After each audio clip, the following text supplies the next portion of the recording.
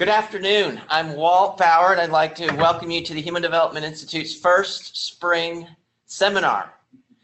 We welcome the participants who are joining us online, as well as the participants who are here with us at the University of Kentucky. Our presenters will provide an opportunity for questions this afternoon, and we welcome questions from all of our participants. Please type your questions in the chat box if you are online. Should you have any questions about CEUs, you can contact me. Please take a moment at the conclusion of the seminar to complete our brief evaluation. The evaluation will be sent to your email address after the seminar. It is really helpful as we plan for upcoming seminars. The title of the seminar is Universal Design for Learning, Designing Classrooms for All Learners. I'm now going to turn it over to Jennifer Pusateri, Universal Design Consultant, Center for the Enhancement of Learning and Teaching at the University of Kentucky. Jennifer? Great. Well, thank you very much, Walt. I appreciate you asking me to do this. And, when Walt first asked me about doing a presentation for 2 hours, I was a little concerned because I would never just stand up and talk to people for 2 hours. So I'm really glad that we were able to pull in some middle school teachers that are actually implementing UDL right now here in Kentucky, and as well as some folks from CAST, the organization that actually created UDL. So we're very excited to have these folks as our guests today, and let's just go ahead and get started. So here's the plan for today. I'll start by giving a quick overview of UDL. Then we're going to hand it off to Shelby Cameron and Lois Sepabon. Those are our two teachers who are in Danville Independent Schools at John W. Bate Middle School, and they are currently implementing UDL. After that, we'll come back over to me for just a few moments to talk about UDL in higher ed, how that's being implemented in the higher ed setting. And then after that, we're going to go to Allison Posey, who's going to tell us about UDL and the brain, so how the brain works when we're learning. And then finally, we're going to speak with Jennifer Levine, who is also with CAST, and she's going to tell us a little bit about kind of how UDL works and the language surrounding UDL. And then we'll have time at the end for question and answers. So again, I'm Jennifer Pusateri. I am with the Center for the Enhancement of Learning and Teaching, also known as CELT, on the UK campus. And our job really is to work with faculty to help them enhance the way that they teach. It's our job to sort of keep abreast of new research that's out there as far as pedagogy and how they can incorporate that into their classrooms. So as we go through and talk about UDL, we're going to sort of look at these 4 questions, and then we're going to tack on the how at the end. But first, we're going to start with the where. Where did UDL come from? When did it become a thing? What is UDL, and why should teachers use UDL? So first, we're going to look at the where and the when. In 1984, there was a group of researchers from the Harvard Graduate School of Ed, which they call HGSE now, HGSE, and they founded the Center for Applied Special Technology, or CAST. And CAST had a goal, and their goal was to sort of look at the world of 1980s technology and say, hey, this is a really important time in the beginnings of technology. So let's see if we can find some ways to incorporate technology into the educational experience specifically for students with disabilities. And so that was their aim. And they started working out in the schools, doing a little bit of research. And after they'd done this for a few years, they sort of realized that, I think we need to do a little bit more than retrofit what we're doing to help individual students. And I think what we really need to be doing is trying to equalize access to education. So we'll use the technology to really fill in those gaps for the students who need that. And they begin to talk about fixing the curriculum instead of just looking at individual student needs. And so in these discussions and research situations, they started to sow the seeds for what we know now as UDL. And so this is David Rose. He's one of the founders of CAST. And this is a quote from David. Universal design focuses on eliminating barriers through initial designs that consider the needs of diverse people, rather than overcoming barriers later through individual adaptation.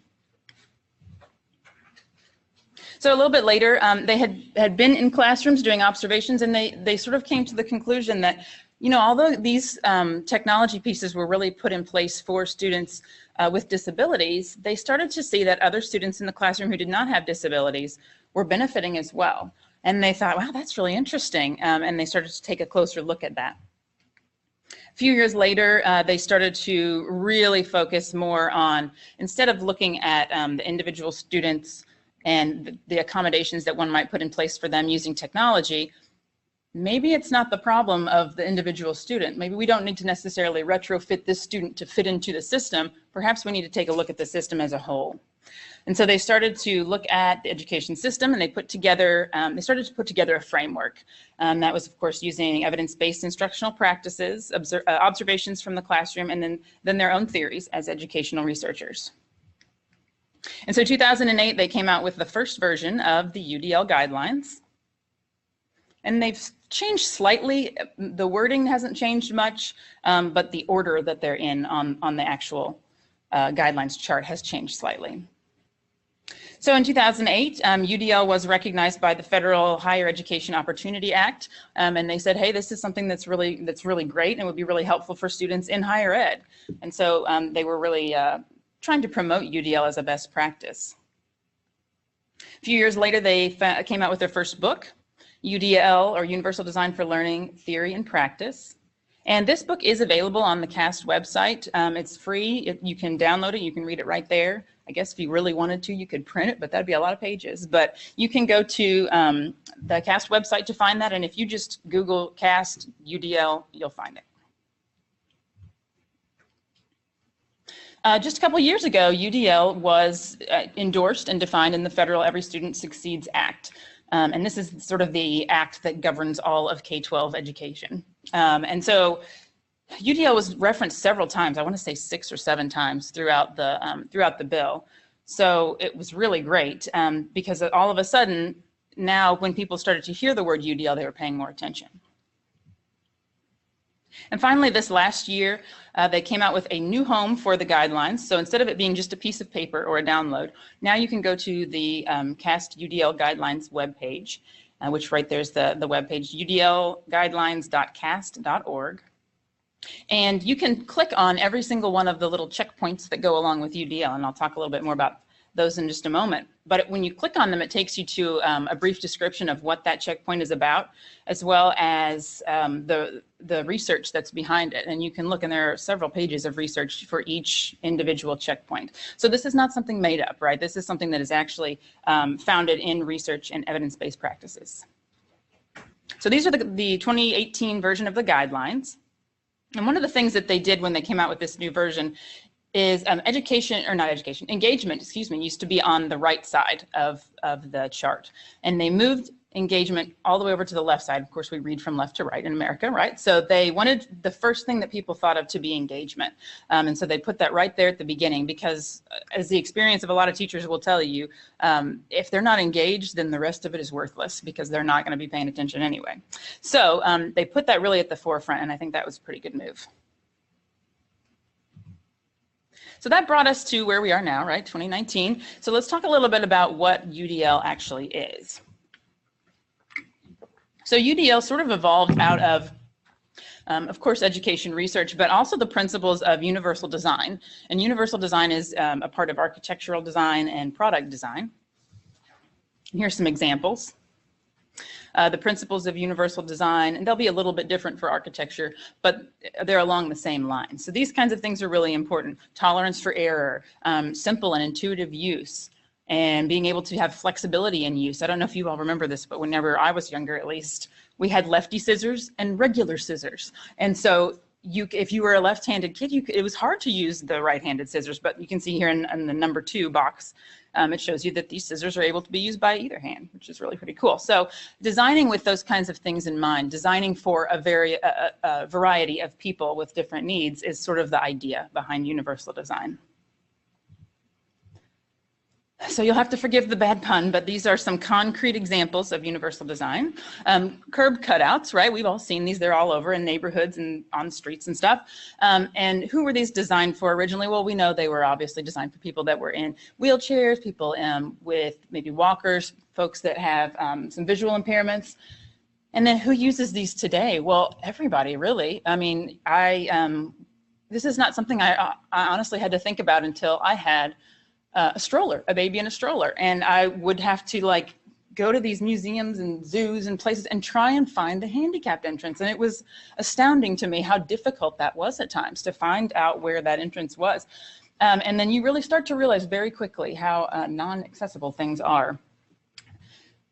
Closed captioning is another example of universal design. And closed captioning was, of course, originally designed for people who are deaf or hard of hearing.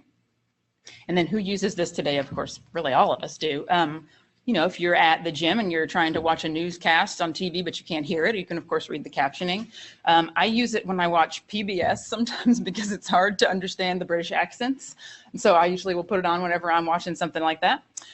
So really, a lot of people use it now. In fact, someone did a study on this in 2006, and they determined that 80% of people who used closed captioning are not even deaf or hearing impaired. So these things that were put in place specifically for a group of people that had certain needs have then become very beneficial to the rest of us.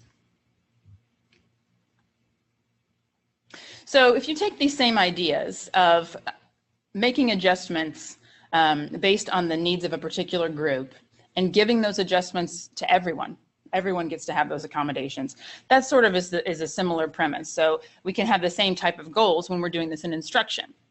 We can provide flexibility, and we can plan ahead, assuming that we're going to have variability in our learners. So what happens then is that the students who need the accommodations are still getting them. No one's taking them away, right? They're still going to get those things. But then they can also be very beneficial for other students other than the students for whom they were originally designed. So one of the phrases that you hear a lot with UDL is what is essential for some can be good for all. UDL suggests that when we are designing these three areas, the engagement, the representation, and the action and expression, and I've sort of put in parentheses next to these, I would say, teacher-friendly language that makes sense. The UDL guidelines can be a little Harvard-y, a little research-based, like research language-y. So I think it's kind of tricky to translate that into real practice sometimes. So I wanted to make sure that you know what I'm talking about. So when we're talking about engagement, we're talking about the learning environment. When we're talking about representation, we are discussing instruction, how the things are actually being taught, right? How it's being, the content is being delivered. And action and expression has to do with sort of how we assess students, but also how we encourage them to practice with their knowledge. And so when we're designing those areas of our instruction, then the teachers should assume that they're going to have a variety of learners in their class and make the accommodations in the planning stage, as opposed to it being something reactive later. We want it to be proactive at the beginning. And so once those accommodations have been sort of set up at the beginning, those are given to everyone. And then a lot of folks end up really benefiting from that. So this is a dinner party analogy. And I've heard Katie Novak use this analogy as well. And I love the way she talks about it. So I sort of half stole it and borrowed it from her. So thank you, Katie. So we're talking about a dinner party. So I'm going to put this together sort of as an analogy for you. So I'm going to pretend that I want to have a dinner party, and I have this really great recipe for Mexican lasagna. I mean, it's like really, everyone that has it loves it. It's super great. So I'm going to host a dinner party, and I'm going to have Mexican lasagna. So I send out my little evites and my texts and let everybody know this is what I'm going to do. So then I get a text back from one of my friends, Amy, and Amy says, hey, I got your invite for dinner party. We want to come, but I don't know if you remember that we're vegetarians. Well, I hadn't really remembered that. So I send her a message back. Well, shoot, I forgot. No worries. I'll just make a small vegetarian version just for you guys. Okay, so in my mind, I'm thinking, okay, I got to make the regular Mexican lasagna, and then I'm going to make a vegetarian version, just a small one on the side. Okay, all right, I can do that. Well, then I get another text from Janice. And Janice says, are you going to put onions on the Mexican lasagna? Because Jason's allergic to onions. And so now I'm like, oh, okay, well, all right. So I'll make the regular Mexican lasagna. I'll make the vegetarian version for the other folks. And then I'm going to make these. I'll just maybe put rice and beans together. No onions, just rice and beans. Okay, I can do that. 3 different things. Well, who else is not going to be able to eat the Mexican lasagna? I mean, there could be a lot of people that would show up at my party, people that maybe have some sensory processing disorder and the texture of the food is not the texture that they prefer. Maybe someone doesn't like the items in there. Maybe someone hates tortillas, and so they would not want to have this lasagna. People with fine motor impairments, people who don't like spicy food, even my picky 11-year-old daughter who literally only eats yellow and white carbs. And I wish I was kidding, but I'm not. So that's a lot of people. And it seems unreasonable to have to be a short order cook and prepare something different for each person. Yet that's sort of what we're doing in education at the moment. So if we think about the Mexican lasagna itself, my first plan was to just make the Mexican lasagna. We can think of that in terms of traditional education, right? This is the old school way of doing things. One size fits all teaching. I'm going to do it this way because that's the way I like it and that's the way that I was taught. And if that doesn't work for you, sorry, maybe you should be at a special school. And so that's sort of the traditional mentality. Where we are now is sort of in the realm of differentiated instruction, right? So I was going to have the Mexican lasagna for the people that needed that, the vegetarian Mexican lasagna, and the beans and rice. So in this situation, yeah, everybody's getting what they need, but it's overwhelming to prepare that many dishes for all of these different people's needs. So UDL would suggest that we do something a little bit more like a taco bar. We can break things down into their components and be able to allow choices and flexibility that go along with the curriculum. So if I put this out in the form of like a taco bar, then all of the people that we had in our first original list now are able to go in and find something that they can eat. So when we put it all together there, we can see that, I'll try to move these guys here real quick. Sorry, ladies. We can see the difference. That's a pretty big difference. And if you think about that from the point of view of a teacher in a classroom with, I'm going to say minimum 25 kids, trying to be a short order cook for each and every kid's individual learning barriers is really difficult. So UDL really sets us up in a way that we will make that work. So why should we use UDL? So UDL really promotes these two concepts, the concept of neurovariability. And neurovariability just means that no two brains learn alike. Just like a fingerprints, every single brain learns differently. And the thing that's interesting to me is that even though I may learn one way in a specific situation or a content area or a subject, I might learn completely differently in another situation, another subject. So even from the one person themselves, their neurovariability is going to be different from situation to situation. The other word that we hear a little bit about is neuroplasticity, and neuroplasticity just means that the brain is able to change. And we know that from some education research that tells us that we don't have a fixed mindset. We want to have what's the opposite of fixed mindset? I forgot the word. Growth mindset. Thank you, growth mindset. Yeah, we want to have a growth mindset because we know that neural pathways, the more you use them, the larger they get, the bigger the bandwidth is between your neural pathways. And we're going to learn a little more about the brain in a moment when we get with Allison. So UDL concentrates on these three networks of the brain, the affective, the recognition networks, and the strategic networks. And then the idea is that whenever we're able to simulate each of these brain networks by making some informed design choices, then students are much more likely to comprehend, retain, and be engaged by content. And that's what we want.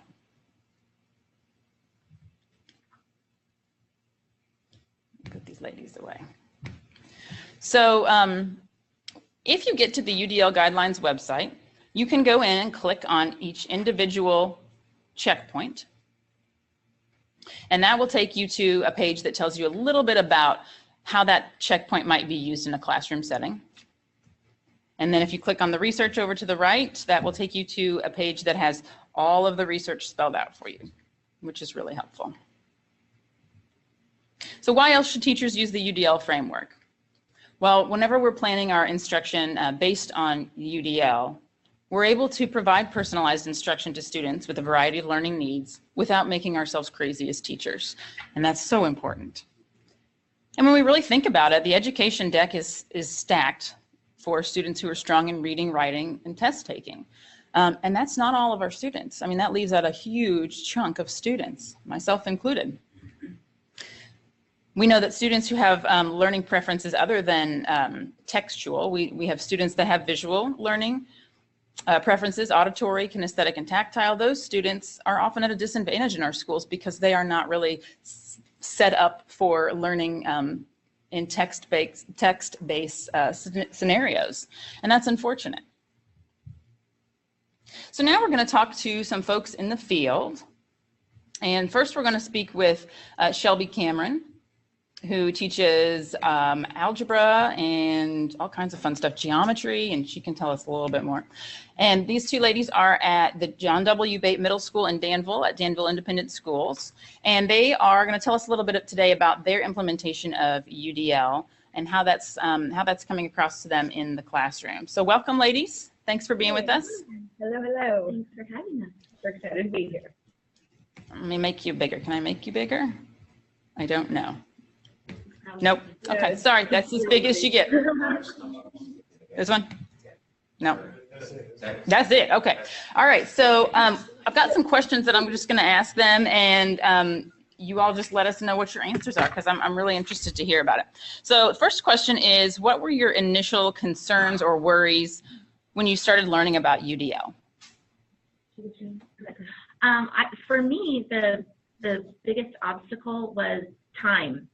So I was really worried about how I was going to find more time in my schedule, which is pretty busy already, because I have all of my teaching duties, you know, lesson plans, giving lots of feedback on students' writing. I'm a department chair, and not to mention my home life with my kids and everything. So I was really worried about how I was going to find time to fit in implementing everything that I was learning. So I guess what I realized pretty quickly is that a lot of what I was learning in UDL, I was already doing in my classroom. And so it just became a matter of making UDL more intentional. So that helped. Yeah, I would agree on the time thing. For me, I was really concerned because, as Jennifer was saying, I teach a lot of different classes. I actually have 6 different preps through the day. So for me, I was worried about taking the assignments that I already had and already was using and adapting them for all of my students and to cover these multiple needs. Yeah, great. That's absolutely true. So how did UDL affect your students that were maybe students with individual education plans, IEPs, or 504 plans? Did you see any difference in the way that those students reacted? Yeah, I thought immediately I saw that my students with accommodations were, they almost felt like more in with the class because everybody was given the same options and given the same different varieties of the same assignment that they could do. So while before it would just be for those students, or, you know, we would have separate assignments, whatever, now this was a whole class thing, and I really do think it helps with the inclusion of my entire class, the environment. Yeah, I would like to echo what Shelby just said. So, you know, for students with the 504 plans or who have an IEP, there is a set of accommodations and support that we have to offer them.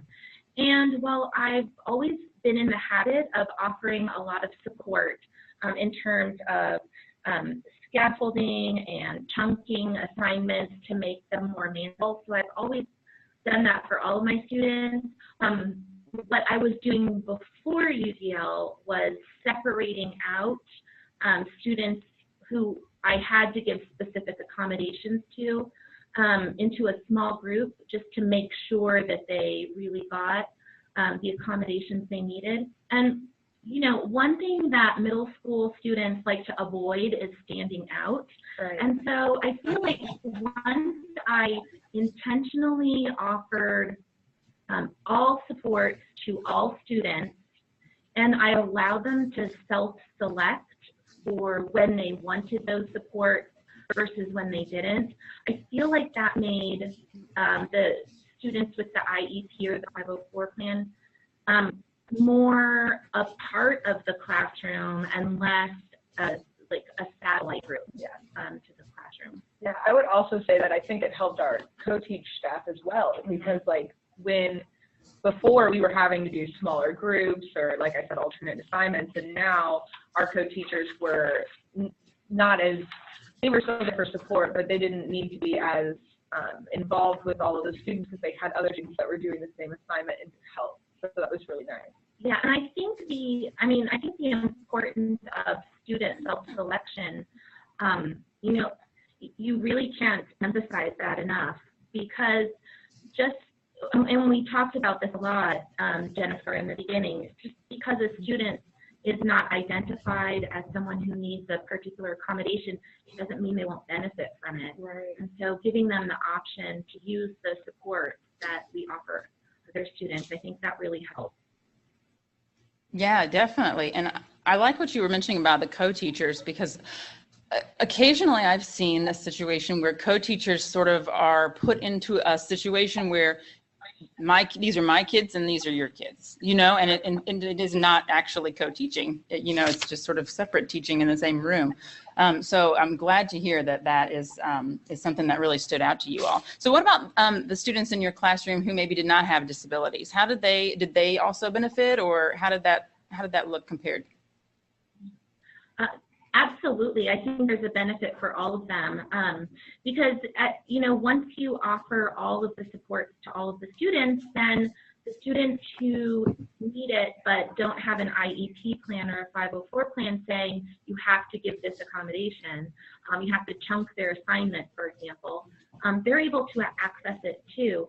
And I think that in our co-teach classrooms, I think one thing that I saw that I really liked is once we were intentionally implementing these supports for the whole class, then my co-teacher was more willing to work with all of the students in the class, definitely, because the co-teacher didn't have to provide those supports anymore as something separate. So everybody got them, and so then whenever a student needed help, regardless of how they've been identified, then the co-teacher, the lead teacher and the co-teacher both can jump in to help out where help is needed. Yeah, and I've sort of seen my accelerated classes specifically go above and beyond what was expected of them before, because they're in an environment where they have that student choice and they are more passionate about their final products and how they're learning. And so they're more comfortable in what they're learning. And then I've noticed a very serious increase in just content knowledge and like turning back in materials and that kind of thing. And actually, like, it's been great. Yeah, and just to add to what Shelby was saying about, you know, the accelerated learners. So one thing we don't know when our students come to us is where there might be some gaps in what they've learned in previous years. And so even if, according to their test scores, they're reading at a 12th grade level and, you know, they're getting really great on-demand writing scores or, you know, whatever, we don't know if they ever learned how to structure an essay for when they're writing an argument. So what are the little pieces they're missing? And when I chunk that essay assignment for everybody, then they get a chance to make sure that they have a solid foundation in all of the separate elements of writing. Yeah.